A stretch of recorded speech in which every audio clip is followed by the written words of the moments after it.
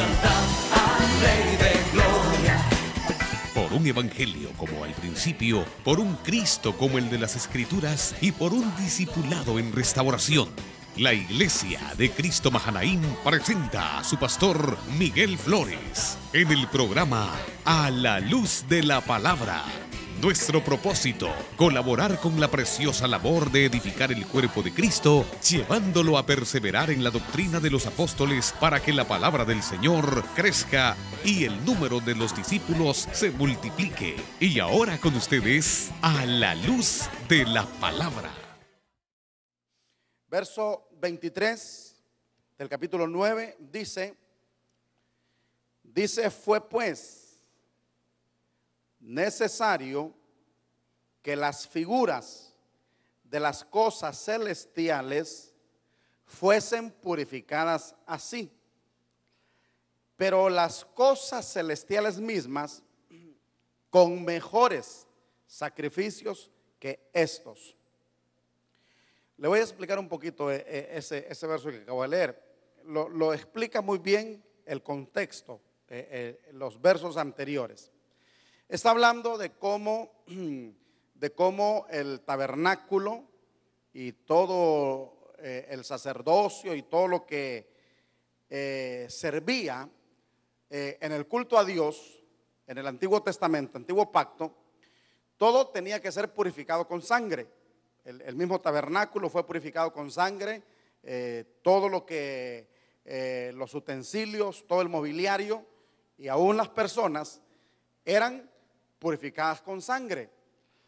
Entonces el verso 23 está diciendo que las cosas que solamente eran figura, dice, fue necesario que fueran purificadas de esta manera.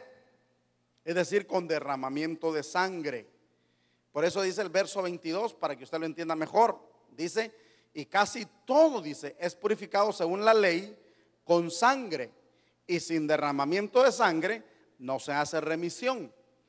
Entonces, bueno, es que hace unos 2 semanas estuvimos estudiando el día miércoles con los servidores acerca del misterio de la sangre.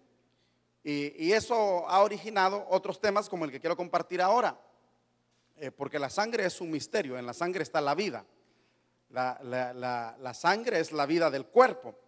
Pero está diciendo acá el apóstol Pablo, que creo yo fue el escritor de la carta a los Hebreos, no lo dice quién fue, está explicando que esas cosas que solamente eran figuras, ¿figuras de qué? Figuras de las cosas celestiales. Fíjese, esas cosas que eran figuras de las cosas celestiales, fue necesario purificarlas con sangre, aquí abajo. Pero las cosas celestiales, dice, y aquí yo necesito que su mente se abra, aquí necesito que se concentre, aquí necesito que realmente usted esté amalgamando una palabra con la otra, porque note, pero lo que dice, pero las cosas celestiales, dice, con mejores sacrificios que estos. Entonces, hubieron sacrificios de animales para tomar la sangre de esos animales, para purificar las copias. Pero se ocupó un sacrificio especial para purificar las cosas verdaderas. Las cosas verdaderas no estaban en la tierra. Las cosas verdaderas estaban en el cielo, y lo que aquí abajo había solamente eran copias. Sin embargo, como eran copias de lo celestial, como eran copias de lo que está ahí arriba, entonces las ordena Dios que sean aquí para enseñarnos a los hombres. Es como quien dice, hermano, hace poco pues se casó una sobrina mía por parte de mi esposa, y Y yo tuve que predicar en la boda y así él fue invitado a llevar los anillos. Y entonces recuerdo que la boda era un sábado, exactamente el 30 de noviembre. Pero hubieron un montón de ensayos para la boda. Es decir, cualquiera pudiera decir, fueron 3 o 4 bodas. No, solo fue una. Solo una fue la verdadera. Los demás fueron ensayos. Todo igual. Entró el niño, entró fulano, entró prensejo, entró la pareja, pero no era la boda, solamente eran ensayos. La verdadera fue después.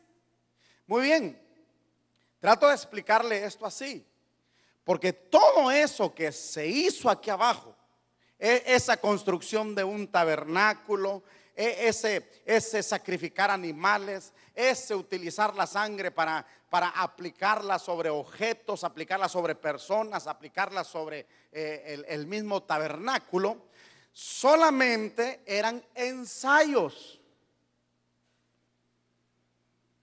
Solamente eran ensayos. ¿Ensayos para qué? Para que los participantes aprendieran bien y el mero día saber hacer bien las cosas. El objetivo es que cuando se va a hacer lo genuino, las cosas salgan bien. Entonces, mucha gente no capta, no entiende que Dios educó al hombre. Dios preparó al hombre. Dios le quiso enseñar al hombre para que cuando lo verdadero ocurriera, el hombre entendiera bien ese acontecimiento. Entonces, hermano, vamos por partes. Entonces, se va a purificar y se va a expiar el pecado de los hombres, pero según la Biblia, no solamente hay pecado en la tierra, sino que hay pecado en el universo mismo. Entonces, la figura aquella solamente purificaba y expiaba pecados aquí en la tierra, los pecados de la gente que ofrecía los sacrificios, pero no más allá. No más allá, porque solamente el verdadero sacrificio es el que iba realmente a purificarlo todo, cielos y tierra. Estos solamente eran simulacros, solamente eran ensayos, solamente eran ilustraciones, solamente eran enseñanzas.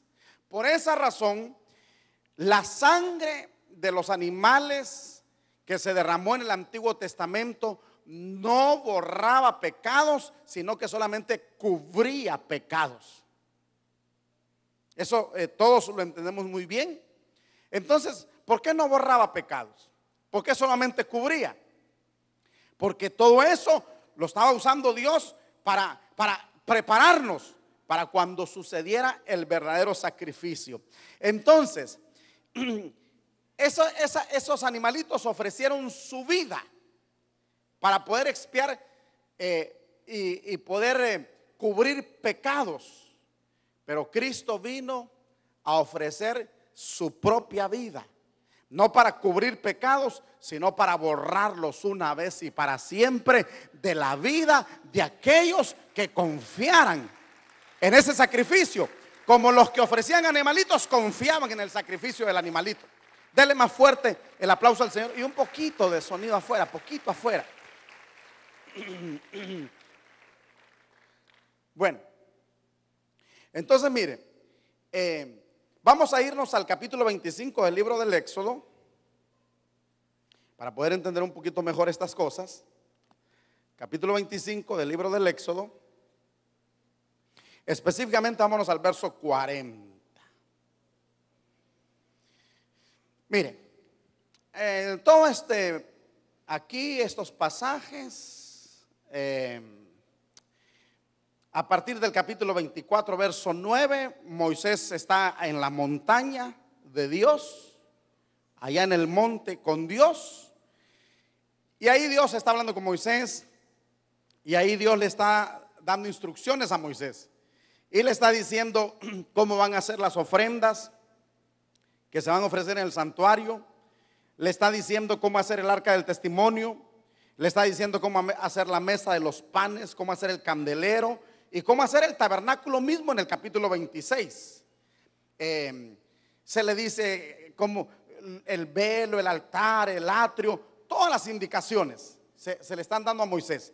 Pero en el capítulo 25 y verso 40 dice: mira, le dice, haz las cosas conforme al modelo que te ha sido mostrado en el monte. Entonces quiero que entienda una cosa. Moisés hace una mesa, Moisés hace un candelero, Moisés hace un tabernáculo, Moisés hace un altar. Y todo lo que Moisés hace no se lo está imaginando, no lo está inventando.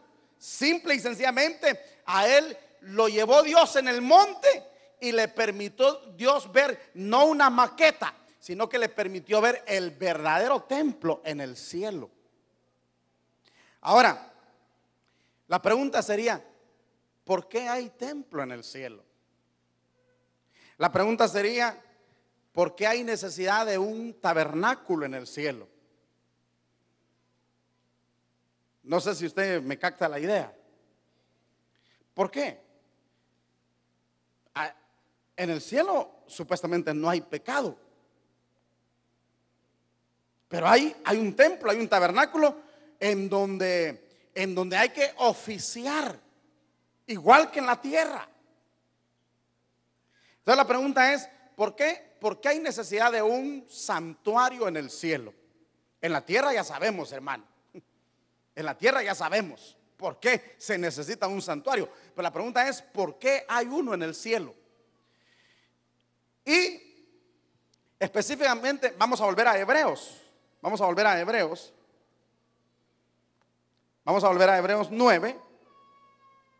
Y voy a leer el verso 24 para que usted entienda o encaje bien lo que estoy tratando de explicar. Mire el verso 24. Porque no entró Cristo, dice, en el santuario hecho de mano, que solamente era figura del verdadero, sino en el cielo mismo, para presentarse ahora por nosotros ante Dios. Fíjese, Cristo cuando derrama su sangre, la sangre había que ir a presentarla al tabernáculo. La sangre había que ir a dejarla al propiciatorio en el tabernáculo. Y todos los sacerdotes hacían eso. Año con año mataban el becerro, mataban el cordero, la víctima, lo que fuera. Lo degollaban, recogían su sangre y luego el sacerdote entraba y rociaba y llevaba hasta el lugar santísimo, al propiciatorio, aquella sangre. Pero cuando Cristo muere, toma su sangre y no se va al tabernáculo de abajo, que para entonces era el de Herodes. Ahí estaba el templo de Herodes, que era una réplica, una copia del templo de Salomón. Y el templo de Salomón es un templo hecho basándose en todo lo que tenía el tabernáculo de Moisés. Lo mismo hay ahí, el candelero, etcétera, etcétera. Pero Cristo no se va a ese santuario, no se va a ese tabernáculo, sino que se va al verdadero, al que está allá arriba en el cielo, y allá presenta su sangre. Por eso le he explicado en otras ocasiones, y lo recalco ahora, que la razón por la cual Cristo no se dejó tocar de aquellas mujeres cuando lo encontraron y les dijo: no me toquen, les dijo, acaba el Señor de resucitar, y las mujeres lo encuentran y él dice: no me toquen, y la explicación que da él es: no me toquen porque no he subido a mi Padre. Muy bien, no lo tocan, pero luego se le aparece a los demás y hasta come con ellos. Y hasta le dice a Tomás: tócame, mete tu mano. Entonces la pregunta es: ¿por qué a unos le dice no me toquen y a otros le dice mete tu mano? Sencillo, porque cuando las mujeres lo encuentran, él recién ha resucitado y él dice: porque aún no he ido a mi Padre. No me toquen porque yo todavía no he ido al tabernáculo del cielo a ofrecer la sangre derramada. Aquí quiero, hermano, que entienda varias cosas. El evangelio no es aplaudir, el evangelio no es danzar, el evangelio no es gritar, el evangelio no es emocionarse. Yo vi que un trueno ahorita los emocionó y hasta la unción les cayó. Pero eso no es el evangelio. El evangelio realmente, hermano, es algo tan extraordinario, es algo tan glorioso. Son misterios divinos, hermano, que afectan nuestra vida y afectan el universo entero. Y está en nuestras manos. No lo puso Dios en manos de sabios, no lo puso Dios en manos de los de la NASA, sino que en manos de gente humilde, de gente sencilla, gente que no es sabia. En manos de ellos puso sus misterios, sus secretos. Y esto que le estoy hablando esta noche, hermano, son de esos misterios de Dios develados en su palabra que debemos de entender nosotros. Entonces el Señor va a entrar, dice, no en el santuario de la tierra, sino que en el verdadero. Entonces aquí hay otro detalle, hermano. Hace poquito, el miércoles, por cierto, le estaba explicando a los líderes que llegan conmigo los miércoles. Hay un científico famoso ahí que, por cierto, está en silla de ruedas y solo mueve los ojos. Pero es una eminencia, o sea, todo el mundo lo respeta porque ha hecho unos descubrimientos extraordinarios en asuntos de física y todas esas cosas. Pero este hombre hace poco declaró que él va a demostrarle al mundo que Dios no existe. Digo, pobre, ¿y cuánto lo necesita? Digo yo. ¿Cuánto este pobre necesita a Dios? Y ahora dice que va a demostrar que Dios no existe y que realmente no hay necesidad de un Dios. Porque él va a demostrar científicamente que la materia surgió de la nada. No sé cómo lo va a demostrar, pero él ya anticipó que él va a demostrar científicamente que la materia surgió de la nada. Entonces dice, no se ocupa un Dios creador. Realmente la nada es capaz de producir la materia. Entonces yo le hago una contrapregunta al científico esto. Yo le digo, ¿y la nada de dónde salió? Sencillo, mire, yo no soy científico, pero yo le hago la contrapregunta a él. ¿Y la nada, señor científico? Dígame de dónde salió la nada.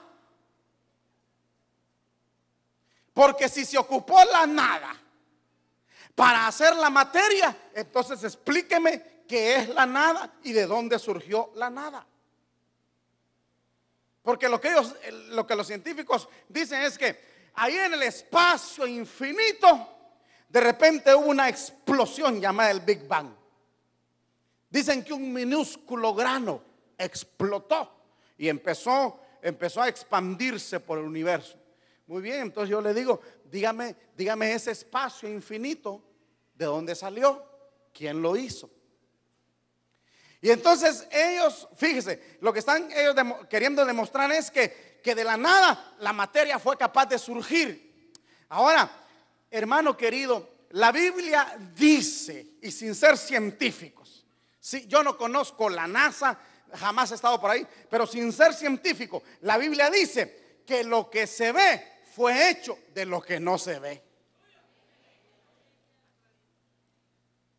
Usted no aplaudió. Yo pensé que iba. Usted aplaude más cuando hay un trueno.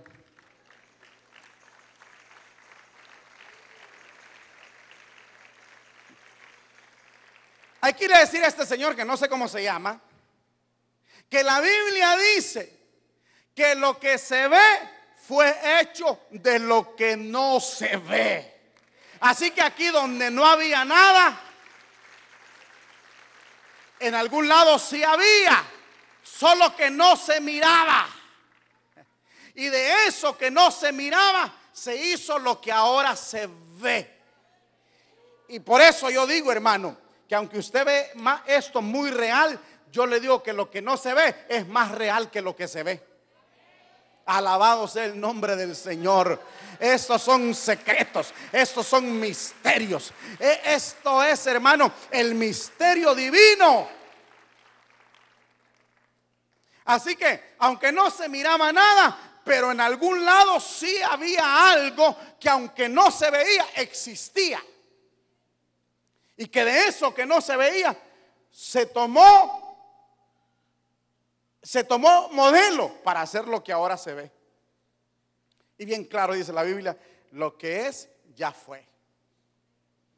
Así que por eso aseguramos nosotros que el hombre no inventa nada, el hombre solo descubre. Hermano querido, hace 500 años solamente, los más grandes hombres del mundo decían que la tierra era cuadrada. Sin embargo, Job, que es el libro más viejo de la Biblia, incluso Job es antes que Moisés, dice que la tierra es redonda. ¿Por qué no leyó Cristóbal Colón y toda esa gente la Biblia para haberse dado cuenta que la tierra era redonda? Ellos creían que allá donde se miraba el horizonte, ahí terminaba todo y que luego era un abismo. No, ese solo es el horizonte porque la tierra es redonda. Alabado sea el santo nombre del Señor. Entonces yo le pregunto a esta gente, o le digo a esta gente, mi Dios es tan grande que aunque en el universo que hoy conocemos no había nada, en algún lado sí había, y ahí estaba Dios. El problema es que el hombre se limita y ve este universo, hermano, pero yo le diría que hay un universo paralelo, o a saber cuántos universos paralelos, donde está lo genuino, donde está lo verdadero. Y esto, hermano, solamente son sombras nada más entre tu vida y la mía.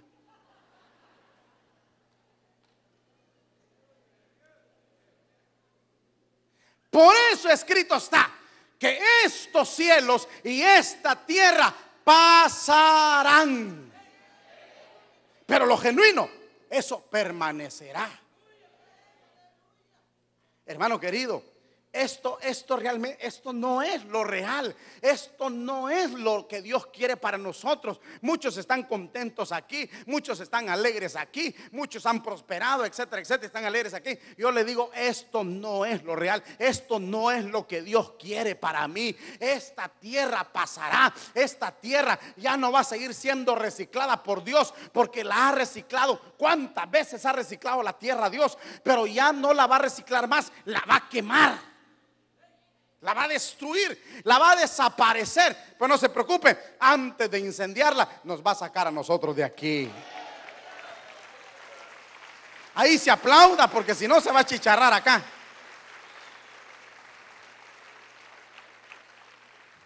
Hermano, mire, más que estar pensando en tanta cosa, ¿por qué no se consagra? ¿Por qué no piensa realmente en las cosas de arriba, como dice la Biblia? ¿Por qué en vez de andar detrás de las cosas de abajo, por qué no anda tras el reino de Dios y su justicia? Y asegura usted su vida eterna en el mundo verdadero, porque este es pasajero, este es temporal. Esto nos lleva a otra pregunta: ¿qué hacemos nosotros aquí en un mundo temporal si somos eternos? Tiene respuesta también, pero ese no es el tema hoy. Pero ¿qué hacemos usted y yo que somos reales en un mundo irreal, en un mundo temporal, en un mundo pasajero? Pastor, ¿y usted por qué dice que nosotros sí somos reales? ¿Por qué dice que nosotros sí somos verdaderos? Porque a usted y a mí no nos purificaron con sangre de animales. Dice aquí que las cosas celestiales fueron purificadas con la sangre genuina, con la sangre verdadera. Así que por eso Cristo decía: Padre, no son del mundo, como tampoco yo soy del mundo, decía el Señor.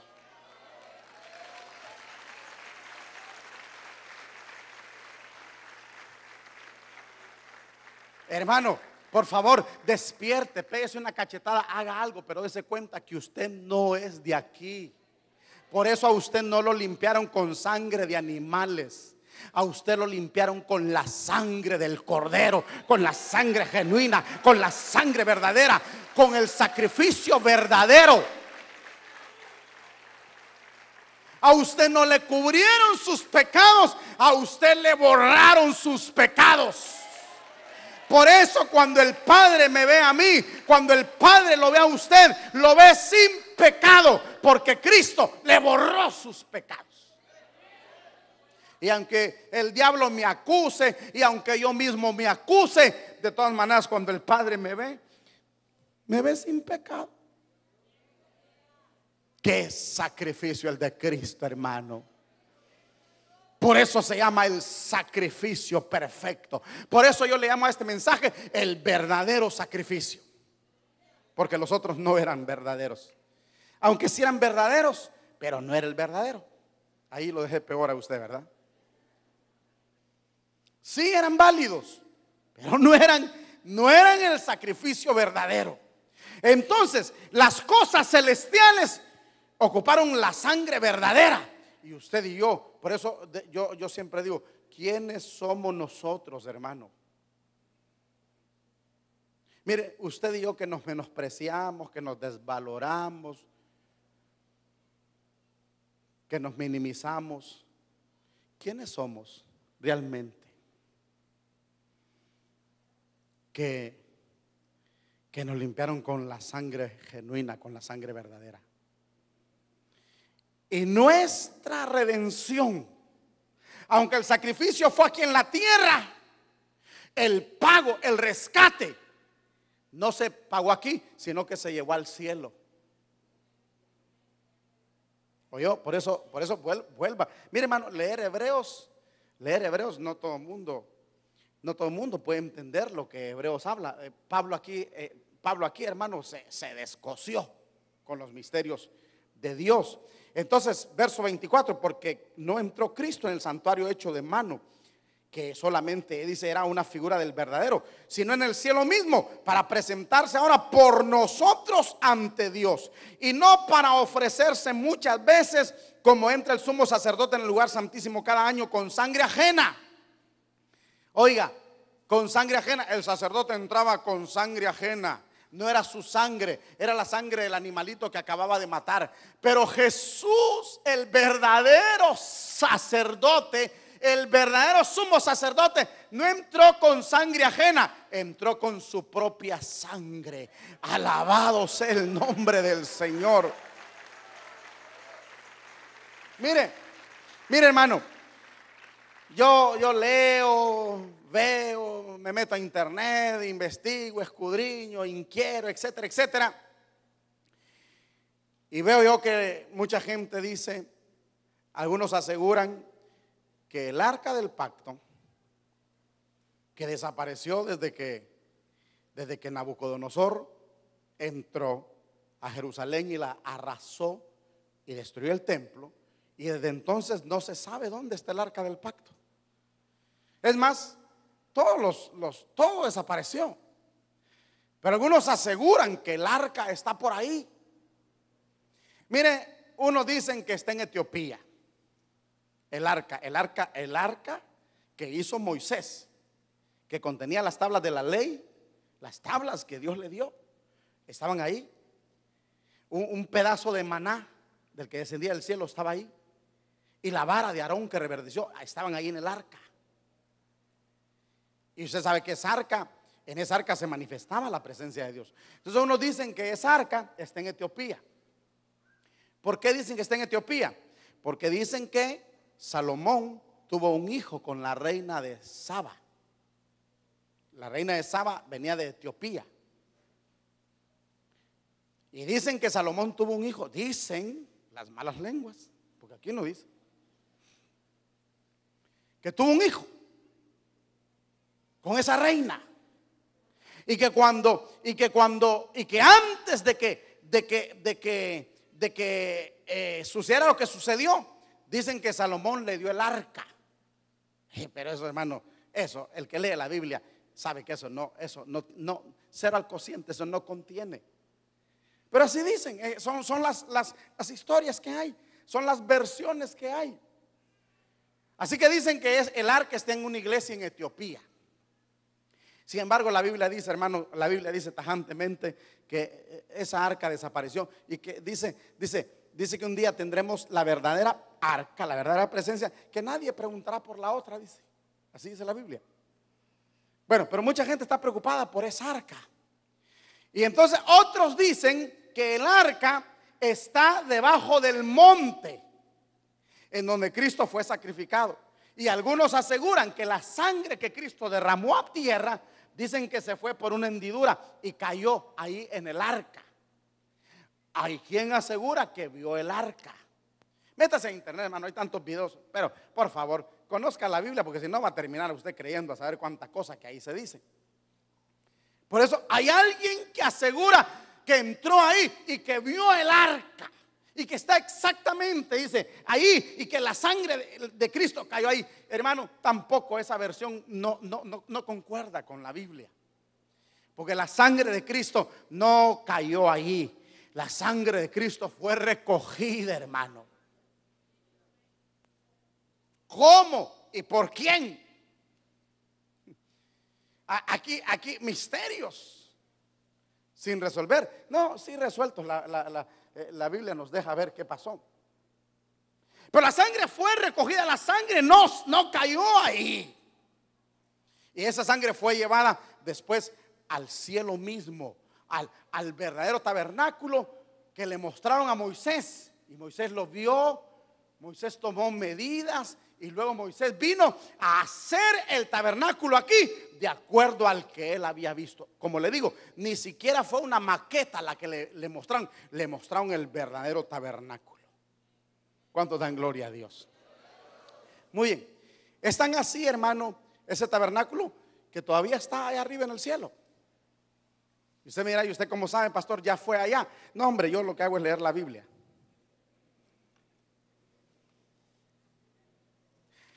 Capítulo 8 de Apocalipsis. Capítulo 8 de Apocalipsis. Verso 3.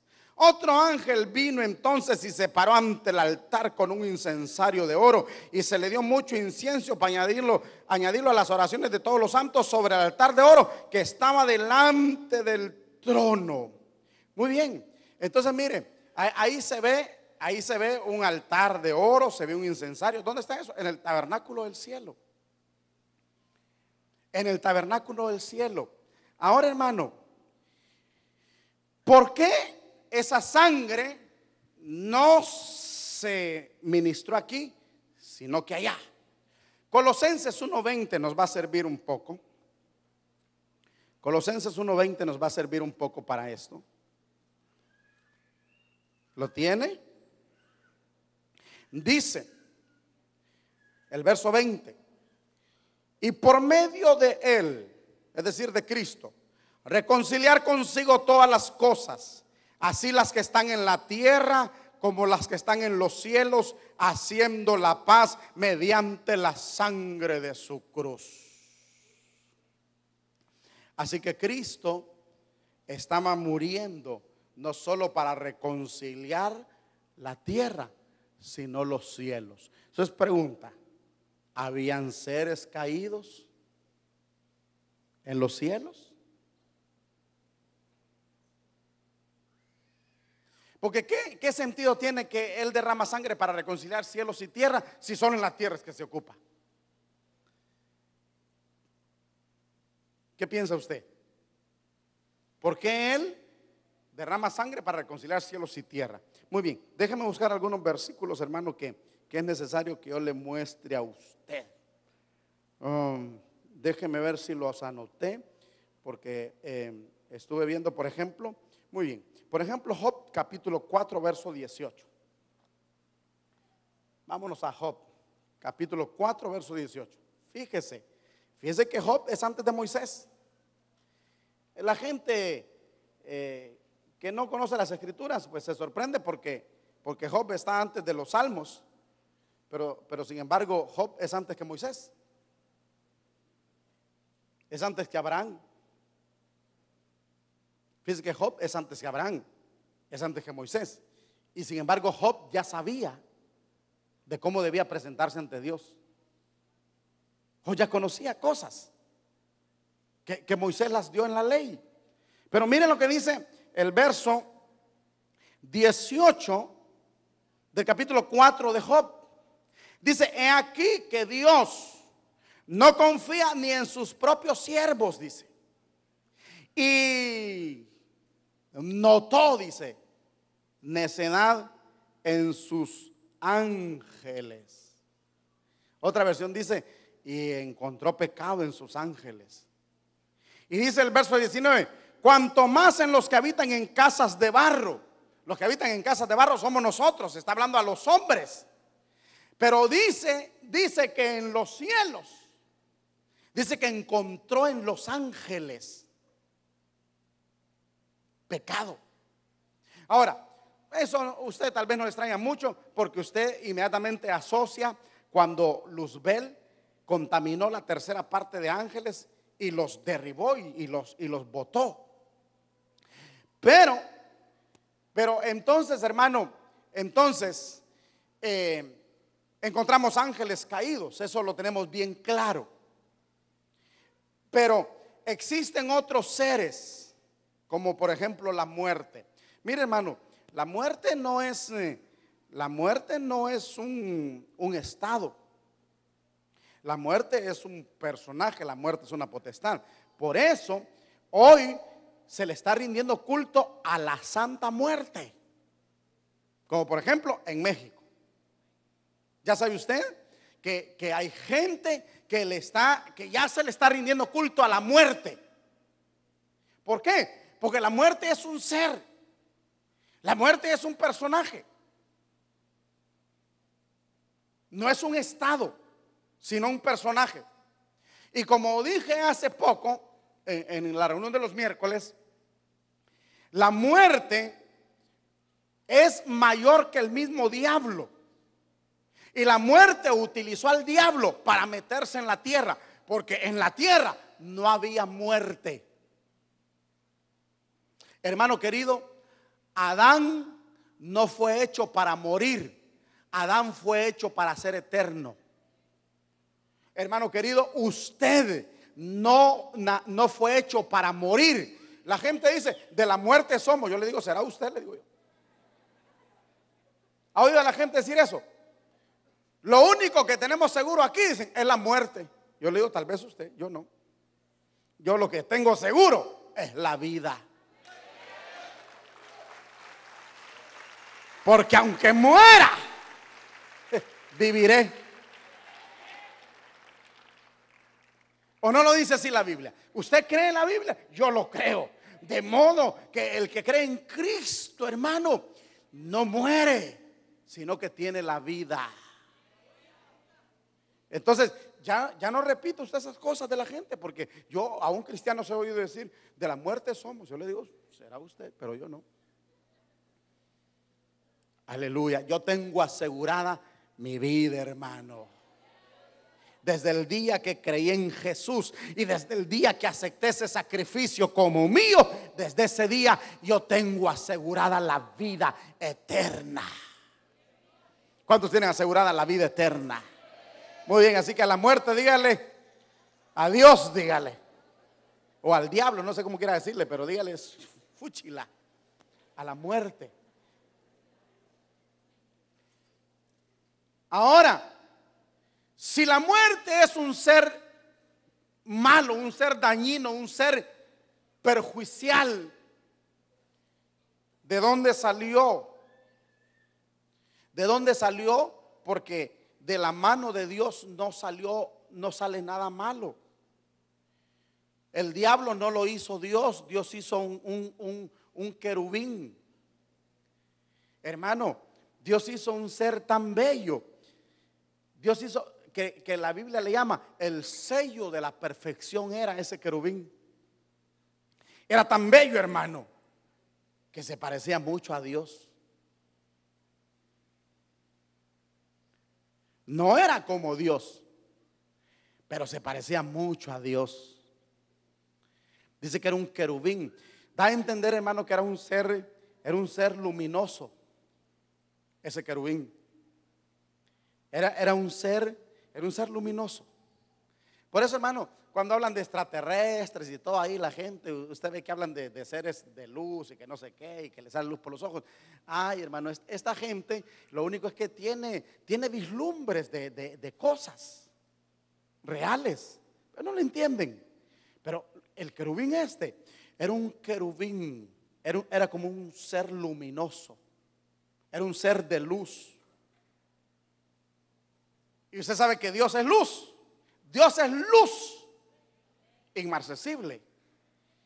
Dios cuando se presenta, hermano, es un brillo, un fulgor que no se puede ver. Y este querubín se parecía mucho a Dios.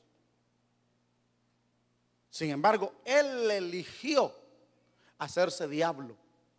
Hermano, ninguno de nosotros nació malo. Uno elige hacerse malo. Todos nacimos buenos. Todos nacimos buenos. Pero en el transcurso de la vida, el hombre decide hacerse malo. Y se hace delincuente, y se hace asesino, y se hace violento, y se pierde. Se va por el mal camino, porque quiere. Porque quiere. Ay, es que está tan difícil la vida que por eso me voy por el mal camino. Hermano querido, yo también vivo la misma vida que todo el mundo vive, pero no elegí el mal camino. Usted tampoco eligió el mal camino. Cada quien decide. Hay quien decide por lo más fácil. Yo le voy a decir una cosa. Mire, quizás yo no elegí lo más fácil, pero de todas maneras tengo un Dios, hermano, que cuando yo ocupo algo, me lo provee. Me lo provee. Ayer nos invitaron a comer en una casota, hermano, linda, a la orilla de la playa, todo aquello ahí. Y platicaba con un hermano y me decía, hermano, ¿no le gustaría tener una cosa así? Yo le decía, no, le decía yo. ¿Por qué? Me dijo él. Ay, porque hay que estar pagando impuestos y que preocupado por esto y cuánto se gastará en el mantenimiento de esta casa. No, le dijo yo prefiero así, que no tengo ni pago impuestos, pero de vez en cuando Dios me trae de gratis.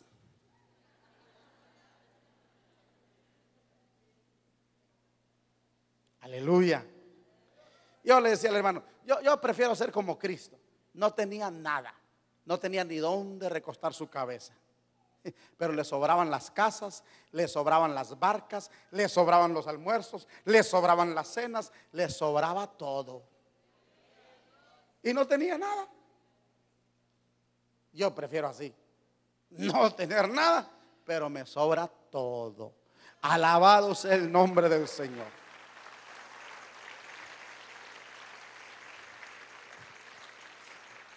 Bendiga usted el nombre de Cristo. Mándale un aplauso más fuerte al Señor.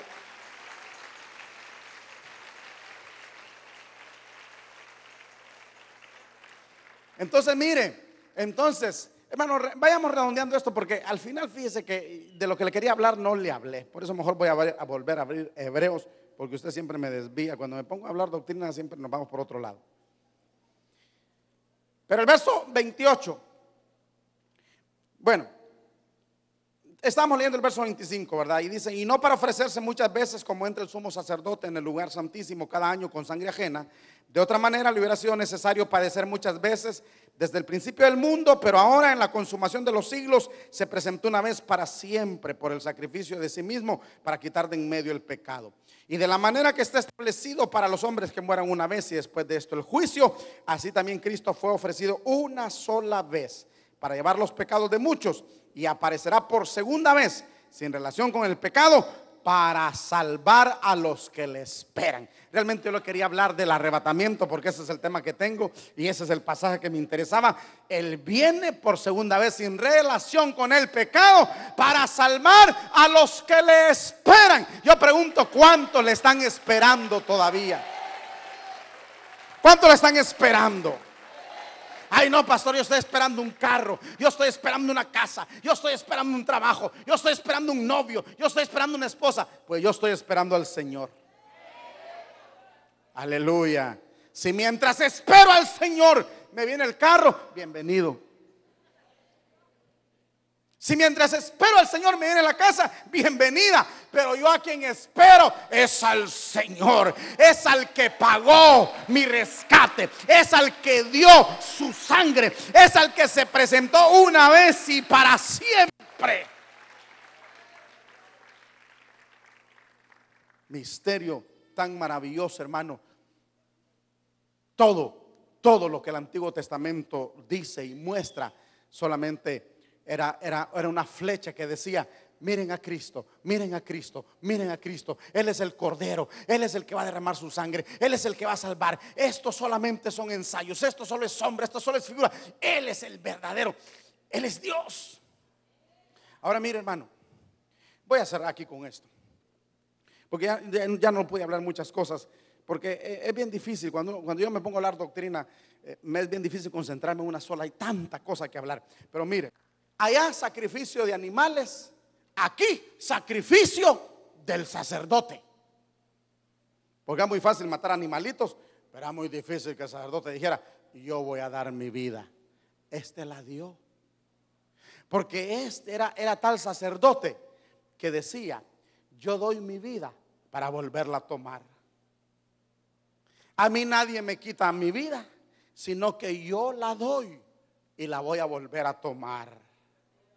Hermano, así murámonos, ¿verdad? Sabiendo que morimos, pero que cuando queramos regresar, regresamos.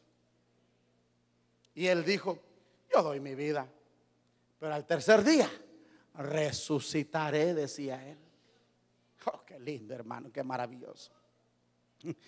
Y lo que él estaba haciendo, hermano, porque no solamente le estaba dando la paliza del siglo al diablo, sino que a la misma muerte, hermano, la estaba poniendo en su lugar.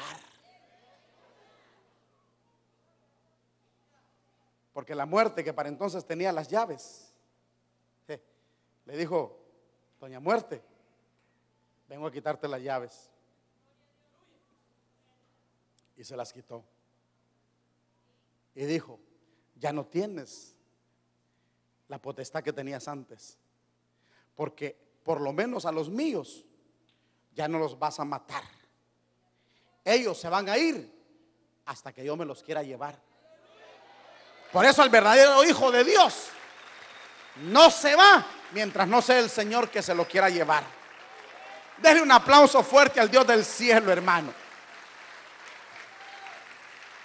Póngase de pie y dele un aplauso fuerte a ese Cristo, a ese maravilloso sacerdote que tomó su vida, tomó su sangre y entró al tabernáculo celestial, al verdadero, a hacer el verdadero sacrificio, a hacer la verdadera expiación una vez y para siempre.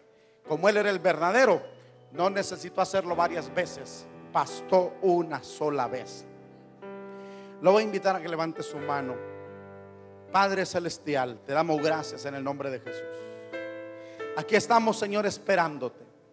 Sabemos que has de volver, Señor.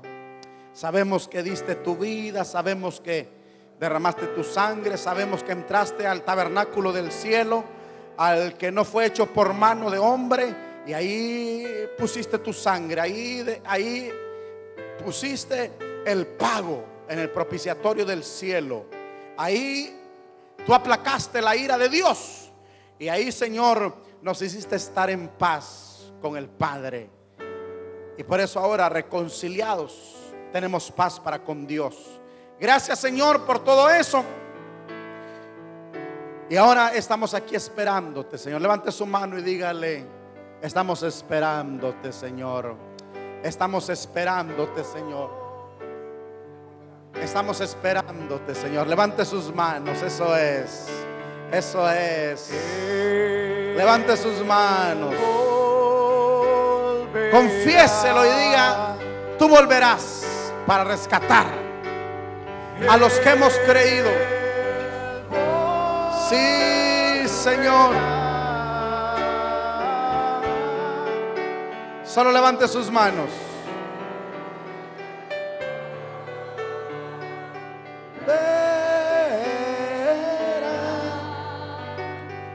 Él volverá. Levanta las manos y diga conmigo: Él volverá.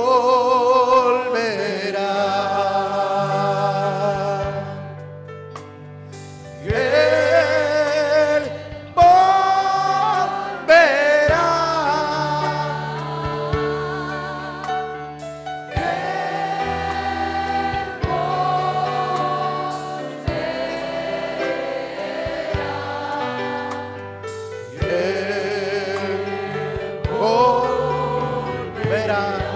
Solo levante las dos manos y dígale: Señor, te esperamos, Padre. Te esperamos. Ahora sí, viene por mí. Viene por mí.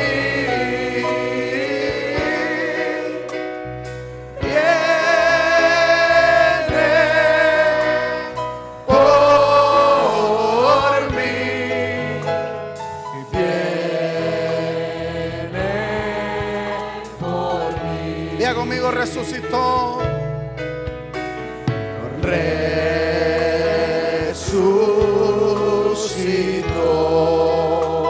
Sí, mi Dios.